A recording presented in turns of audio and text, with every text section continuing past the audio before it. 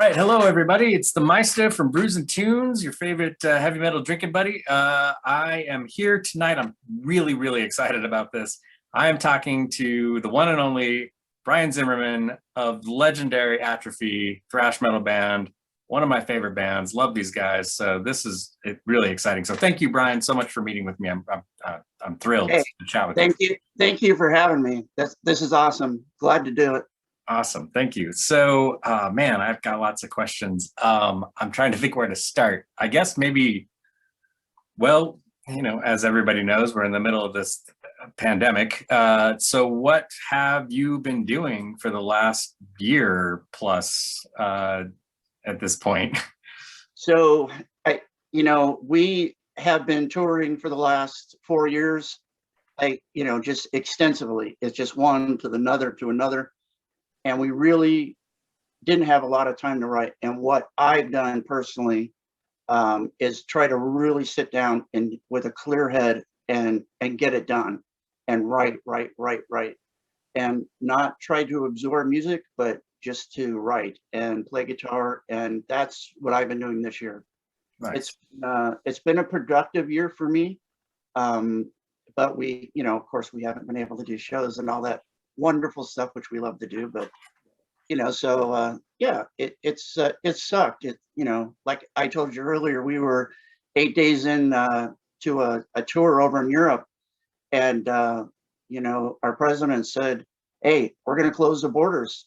You got to get home." And we just got done playing a show in Nuremberg, and it was, I think, 2 a.m, and we started getting texts, and we're like, we called our driver, went back to the Munich airport. We came back, and when I came back to America, everything had changed, and the grocery stores were empty. People were really panicked. It was pretty intense, as you all know. Right. Yeah. Yeah, that's yeah. But I mean, I think the exciting part that I think everybody just picked up on there is that you're writing new music. It's been what, 31 years since Violet by Nature was released? Since it was released. Yeah. And I that's pretty, I mean, I know you got, Atrophy got back together in 2015 and started touring, but the idea that you're working on new music right now is pretty exciting. For me, definitely. I'm really excited to see what's going to come out.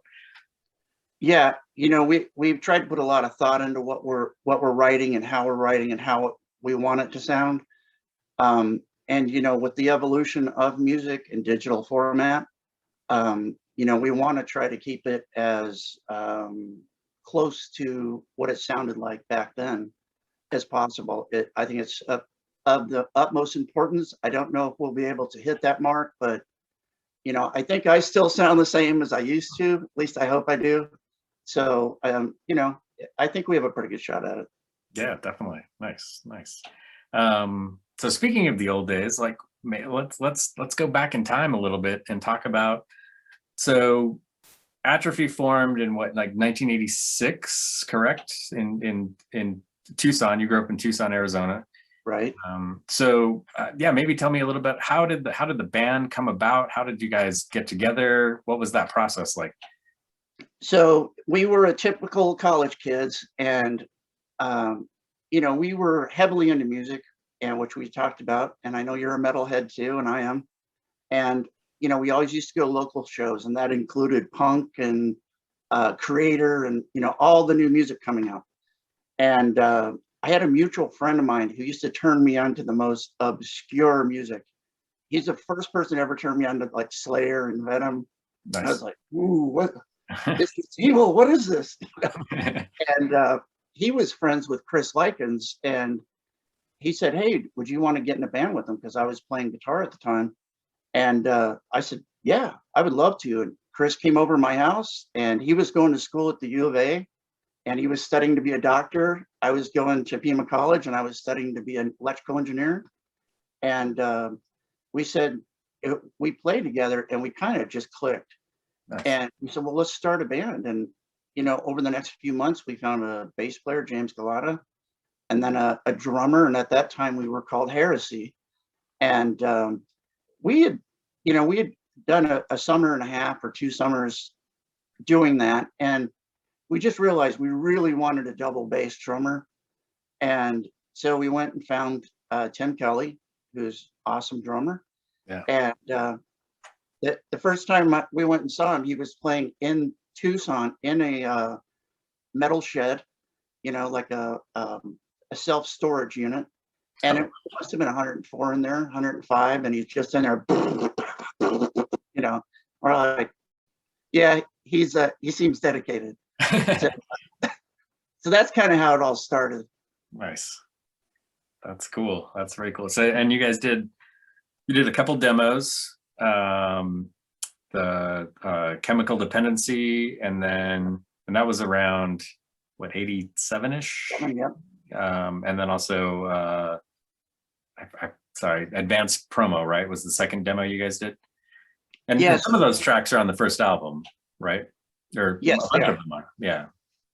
Yeah, so we went into a local studio, and we had this wonderful idea that we could get it signed, I guess, and we tried to put as much money as we had at it, and we went to a local studio and made some tapes and decided we were going to put some decent covers on them. And then we decided, well, we're going to send them out not to record companies, but we were going to send them to music reviewers like Kerrang, Metal Forces, stuff like that. And we made 500 copies. And as soon as the reviewers started talking about it, I mean, we had a deal of 3 labels, and it was absolutely incredible. It was our first show outside of Tucson, up in Phoenix, and we did a showcase, and it happened really, really quick, like scary quick. That's amazing. That's cool. Yeah. Did you do, with those tapes, those demo tapes, did you do like tape trading as well with like the European market, or? We not tape trading so much. I know that we had sent at least 200 over to Europe to be interviewed. I mean, if it was a fanzine, we'd go to our local stores and look at the magazines, look at, I don't know if you remember this, but in the back, they would have like addresses of fanzines and all this other stuff. Yeah. And like on the weekends, that's what we did. We sat down and wrote letters. Hey, please listen. Because your chances of getting rejected at that time from the labels was pretty big because they had so much crap coming in, So we took a different route, and it kind of worked out for us, Yeah, that's cool. That's really cool. So, yeah, the first album, Socialized Hate, was released in '88, right, and immediately became not just an underground hit, but I mean, it started getting play across the country, like pretty quickly. I would imagine that was kind of a whirlwind for you guys, I mean, Yeah. playing bars and playing, I mean, even though you had done a lot of work to get those demos out, like all of a sudden you're on Roadrunner, you're getting interviews, you guys are, got pretty big quickly. Yeah, it was, man, the whirlwind was just incredible. The adrenaline was incredible. Going out and working with Bill Matoyer out in California. It was amazing that we got to do what we did so quickly. And I've never taken it for granted, because you saw what happened in '92 when we got dropped. Right. So yeah, it can be great one day and not so good the next. And yeah, it was an amazing time. Well, and if people aren't familiar, Bill Matoya that you mentioned, he produced a lot of those early Slayer albums. He did. And the way he came about was we had a mutual manager with Sacred Reich, and they had just did their first album with Bill, and our management recommended it. And of course, when you listen to Slayer Hell Awaits, you don't go, hey man, I want that guy to record my album. But you got to remember how early that was. Yeah. And Bill had come a long way by the time he recorded us, Sacred, a lot of the other bands. And I think he did a great job, Yeah, definitely. I think it still sounds good. Oh, I think it sounds great. It's a fantastic album. Yeah, and then the follow-up album in 1990, Violent by Nature, classic.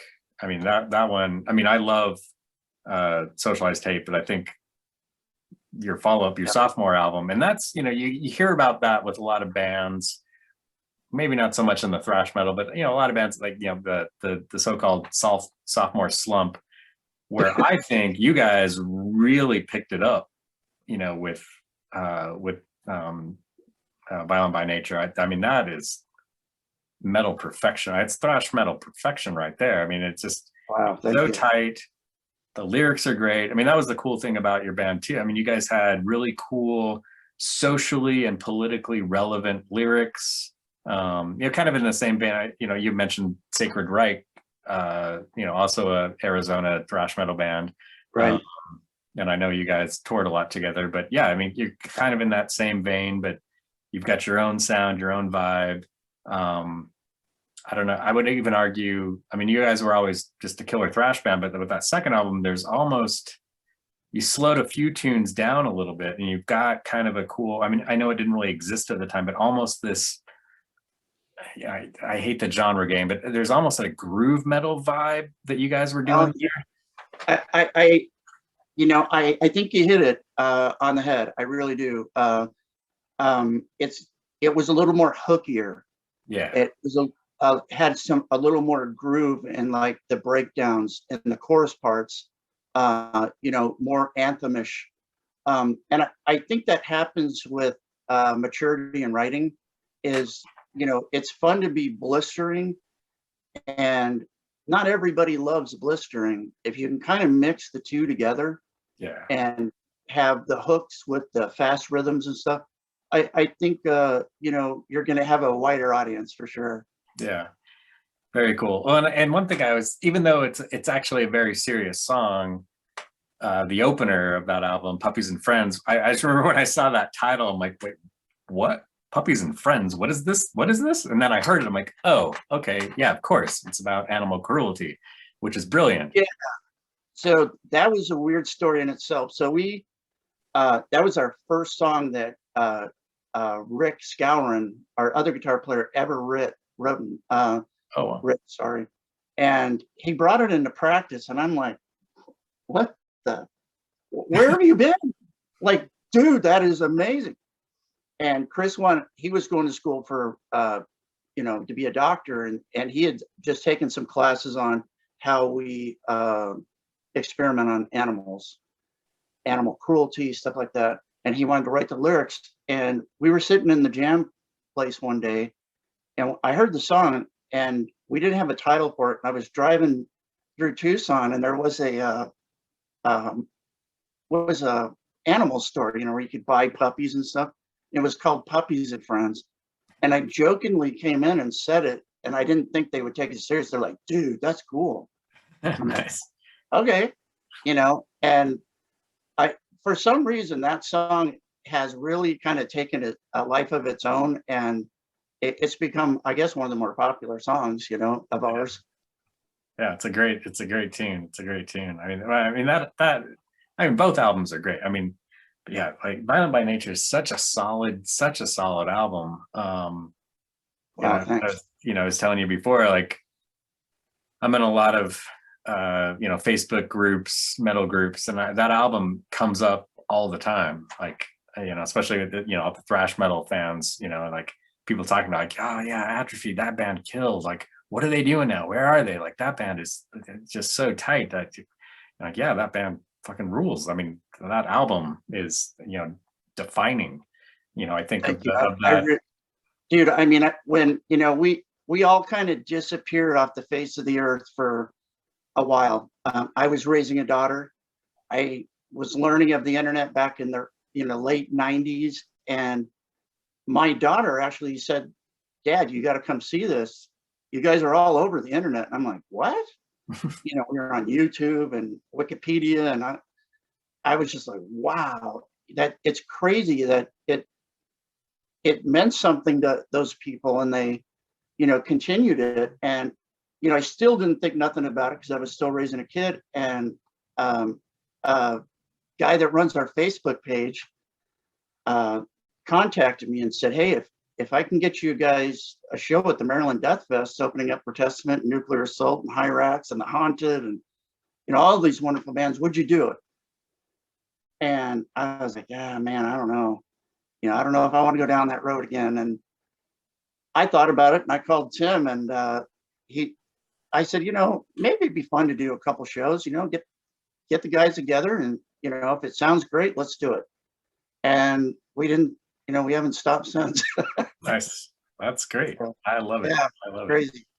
I'm really hoping that things get, with the vaccine and everything, things get better soon, and that you guys will get back on the road. Me too. As I would love to see Atrophy playing again out on the, out touring. That would be awesome.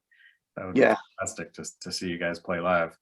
Yeah, I would love that. What I was going to ask you, since we were talking about Violin by Nature, kind of a cool, fun fact that people may not know is that the cover art is Richie Cavalera, Max Cavalera's stepson, did the art for that, which I thought was pretty. I guess it was before he was adopted by Max, but so he didn't do the art on the album. So okay. Stotler, the guy who actually did the Sacred Right cover, now he did the artwork. Okay. Okay, so if you hold the album up and you go inside of it, the kid behind the mask is actually Richie. Who actually sings for Insight now, who is Gloria's son, Max Cavalera, and that was the first time we had used Stotler. And, I don't know where he came up with that. And the first time I saw it, I was just like, yeah, that's pretty creepy, man. But, the whole, if when you looked inside of it and you got the whole story, and it was the mask theme that we used on the first album with the Jester. Yeah. That's kind of where he was going with it. And it's conceptual art. It was really well done, I thought. Yeah, that's cool. That's right. So sorry, I didn't realize. I no. Misread something, but yeah, I knew Richie was involved somehow. But yeah, there's all kinds of wild stories out there. Yeah. You just don't know which ones are true. Right. So, no worries. That's cool though. That's really cool though. That he's the model of that. Yeah, and that album cover is so iconic. Especially for that era, that that early 90s, late 80s, early 90s, thrash metal scene. I mean, that's such an iconic album cover. It's one you see everywhere. Anytime you look up anything about thrash metal from that time, that's one of the album covers that always pops up. I've noticed that, and man, I'm telling you what an honor it is to be thought of as in the same vein as some of the legends that I was listening to at the time. It's mind blowing. It really is. And the thing that really hits me is we wrote those lyrics 31 years ago, Violent by Nature, about guns and the violence and how violent America is, and the shootings, and it's just incredible how prevalent it is in today's society. Yeah. And how those lyrics still hold. Yeah. Maybe even more so. It's just incredible. So yeah, it was amazing. Thanks. I appreciate it. Yeah, I agree. I think, at the time, those lyrics really resonated with me. And yeah, listening to your songs today, they completely, very much resonate with me. Yeah, it's very timeless. And in some ways, unfortunately, timeless, as you said, with, the violence. And I think that's one thing that I always loved about your band is that, and the lyrics of the songs was just, yeah, you guys didn't pull any punches. You were, you said what you thought about the world around you, which I always really respected. And I think that was why I was always drawn to thrash metal in the first place. Was right. There was very much a sense of honesty with that type of music, and it wasn't about, girls and getting laid and, all the glam metal stuff that was happening at that same time. It was really about we're pissed off and here's why. Well, I think it goes, and you're hearing the word again right now, the social injustice of it all. Yeah. these social things. And what we wanted to do is we wanted to take young metalheads, and if we could get them to pick up a thesaurus and go, what the hell does xenophobic mean? Yeah. Or another word of that sort, and make them think and open up their mind a little bit. Even in South America, it's really crazy. We played down there, and we didn't get a chance to tour down there in our early years. Kids would come up and say to me, "You get it," and I was like, "Wow!" I was so touched by that. I can't even tell you. My heart's. I mean, I'm just touched by that. That's cool. That people actually get that, and yeah, it's awesome. Nice. We did put a lot of thought into our lyrics, but I guess it paid off. Yeah, definitely. Yeah, and I'm really excited to see what's in store for us. What the next step? There'll definitely be more of the same. Cool. And I'm telling you, there is no, when you talk about lyrics and songwriting, especially in the last few years, there's no lack of subjects to write about. Let's say that. So yeah, it'll be good. Nice. Yeah, I'm excited. I'm very excited. I'm curious, how did you get involved? How did you get started in music? What was the catalyst for you as a kid? When did you start, singing and playing guitar? So the catalyst was my mother. My mother was in a band in California. It was a 4-piece band, and it was called the Tall Tones. And she was she could read music, put up a piece on the piano, play the whole thing, and she sang. And I remember as young as 6, I would pull out an album, and one of the albums that I really liked was the steel drums, African steel drums. And just having that in your house when you're that young.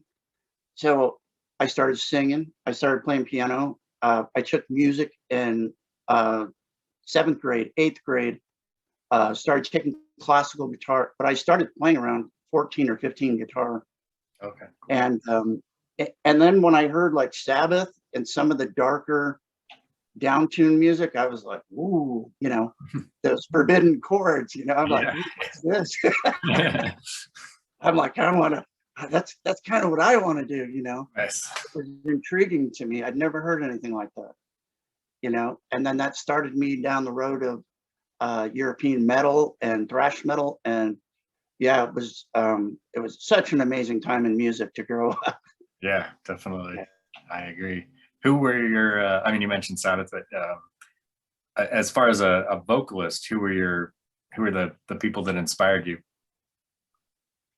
Priest. I always, if I go to practice, I warm up with a Priest song, because that really expands your range. Yeah. It warms me up for doing.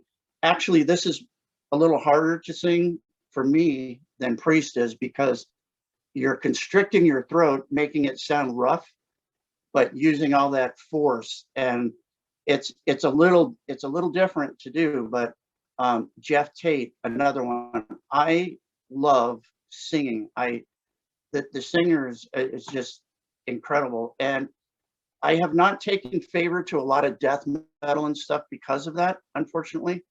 But I love the music. It's so killer. And I'm like, oh man, if they just had a good singer, it would be totally great. But they're going for the guttural, brutal, pull your nuts off kind of stuff, and not so much the singing, so right. Yeah. Nice. That's cool. As far as your songwriting, who are the people that have influenced you? Or, well, I guess you had mentioned before, you kind of try to distance yourself a little bit musically, so you're not influenced or subconsciously influenced by stuff, but yeah, especially in times of writing, I try to not listen to other types of metal, because man, if I like a riff or a hook, it kind of sticks in your brain, and all of a sudden you're like, oh shit, that sounds just like, so I try not to do that. But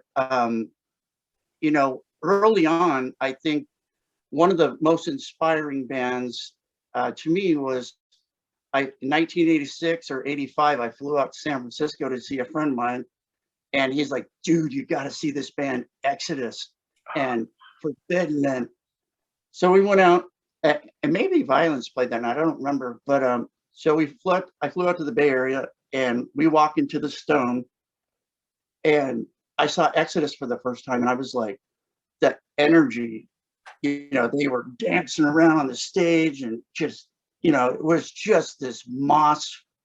You know, they just did that series about, what's the name of it? Murder in the Front Row. Oh yeah. Yeah, of that time. I mean, to go into a place like that and you can't even stand and see all these people's bodies flying everywhere, man, I was like, this is nuts. What's happening to music? Right. It's such an exciting time. Yeah. You know, so when I came back from that trip, I think I was just like, I want to do a Tucson version of this, you know, and I think that's always been in my head, I guess. Nice. You know, because the guitar playing was just amazing. The drumming, you know, Paul Bailoff back then was very unique, you know, just brutal as hell. Yeah. Gary Holt was, I mean, that guy's. Oh my God, one of my favorites. Did Atrophy ever tour with? Did you guys ever play with Exodus? We never did. They, you know, we were always off on a, you know, kind of the same route. They were following behind them, or, you know, we were doing the East Coast, they were doing the West Coast, but we never had a chance to play together. But you know, we played with some of the greatest bands, but we did miss that one, unfortunately. Oh, that's too bad. That would have been a cool show. Oh my God, yes. A good lineup right there. Yeah. What was the you know, you're talking about, you know, you took that inspiration, took it back to Tucson. What was the metal scene like in Tucson in the late 80s? Was there a metal scene at all, or? It was very man, you know, it was a little glammy. You know, that I think all the musicians had taken favor to being the next Aerosmith, LA Guns type of music. And we played in a place called the Sheds, and there must have been 30 bands in there. And there were some bands that were metal and power metal, and maybe a little thrashy, but no balls out thrash band like we were. And people, you know, when they came in, they knew, they're like, oh, what are these guys? What's this? You know, Right. We were definitely different from everybody around us. And, you know, and I guess it played into our favor. Nice. And then you mentioned before that you guys toured with Sacred Reich, you know, from Phoenix. Yep. So yeah, there was, I mean, you know, it's kind of the dynamic duo of you know, Arizona thrash metal was, you know, Sacred Reich and Atrophy, Right. which, you know, at that time, man, what a cool tour right there. You know, those two bands together. Yeah, it was fun. Yeah, we also got to go out with Coroner in the United States. That was, I believe, their first United States tour. And I didn't know much about Coroner at the time, and I was just excited to go. We shared a tour bus, and off we went. And to watch a three-piece band do what they do, I was just like, damn, these guys are good. Right. I need to tell you a quick story. So we get set up on this tour, and Mark says, hey, Tim, can I use your drum set? And Tim said, well, sure, you use drum set. And so first night, all of a sudden he breaks out lighter fluid. Oh shit. Sprays it all over his cymbals, lights them on fire, and he stands up on the double bass kick, and he's all screaming and shit. And I remember Tim walked up to him really gracefully, but kind of pissed off, and he said, hey man, you know, I said you could use my drums. I didn't say you could light them on fire. Right. That's I always thought of that, like Gonzo from or Animal from the Muppets, you know, right. That moment. He was just a madman. But we've had such an amazing and blessed career for sure. Nice. Very cool. That's awesome. Yeah, I mean, obviously that's a show that stuck out in your mind. Are there other shows that, I mean, you guys, you've been to a lot of shows, you played a lot of shows. Yeah. I would imagine sometimes it kind of blends together, but are there certain gigs where it's like, oh, that show was like that really stand out for you? Yeah. So, we were one of the first metal bands along with Sacred Reich. Well, I'll go back then I'll come to now. In 1990, they were taking down the Berlin Wall. And the Eastern Bloc was still the Eastern Bloc. At every country, you had to be checked, searched, change currency. So I remember Czechoslovakia and Yugoslavia, Poland hadn't really seen what we were a lot, and going into the Eastern Bloc and playing over there and playing in like real stadiums. And I mean, they were just like, what the, incredible energy. And then currently, we were the 7th thrash band to ever go to China. And I think that was 3 years ago. And we met this wonderful promoter, and he took us over there, and we played Wuhan and Beijing and Tianjin. But one of the, I think Beijing got canceled, like literally as we were going over there. But I mean, to go into places like that and see the world and how other people live is, those memories just really stick out. And bringing metal to the entire world, that's a super honor, I think. Yeah, that's really cool. I love that. That's a great story. That's awesome. That's got to be, kind of. I would imagine it, maybe not. I mean, because you've toured a lot, but I would imagine, like stepping out on a stage in China. I mean, it's got to be kind of awe-inspiring to some degree.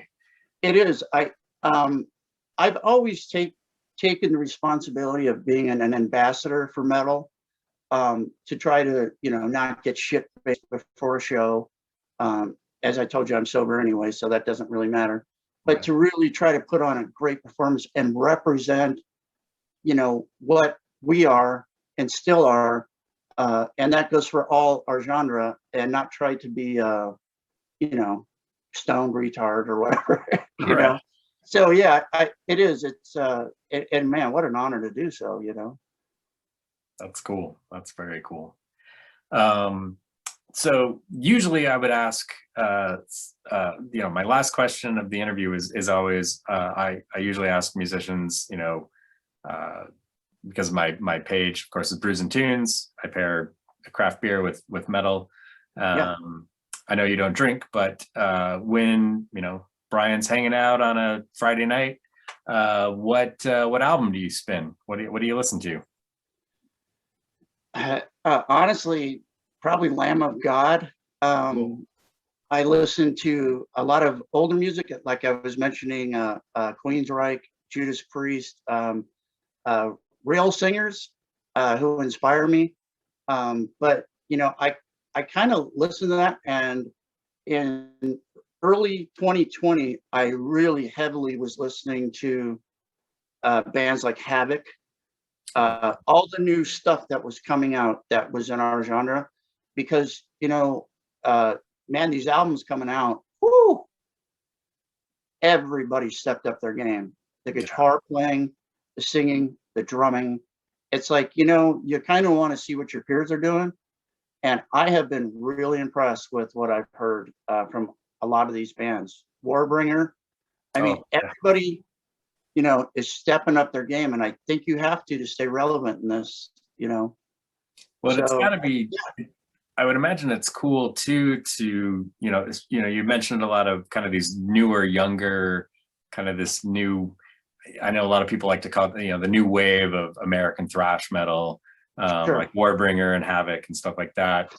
But it's got to feel pretty good because, a lot of these bands, I mean, there'll be some riffs, there'll be some nods to, bands like Atrophy. I mean, you'll hear stuff and go, ooh, that they listen to Violent by Nature. I can tell. It is, I was hoping, like I told you, we got dropped from our label back in '92. because grunge was coming on. And I was hoping, by the love of God, that this genre of music wouldn't disappear, because I love it so dearly. And it's so nice to see these younger generation come out and just carry the torch. And yeah, I may hear riffs from that, or, I think they had a song that was very Metallica influenced off the new album, but it's really good. They did their own twist to it. And I think that's going to happen. You can't be original forever, Right. So yeah, it's really cool, man. Good job, guys. Yeah. I love it. It's great to hear that stuff. So Brian, this was awesome talking to you. I really, really appreciate it. Taking My your pleasure. time out of your day to chat with me. It's been great. I'm insanely excited to hear what's coming. I can't wait to hear it. I'm sure a lot of people, my fans, my readers, my people that watch this, I'm sure going to be blown away and really excited to learn that, yeah, Atrophy's, or at least you've got stuff in the works. We'll see what it becomes. I can't wait. I can't wait to hear it. So thank you so much for chatting with me. I really appreciate it. Have a Absolutely. fantastic night, my friend. Thank you, sir. All right. Thank you very much. Take care. Peace.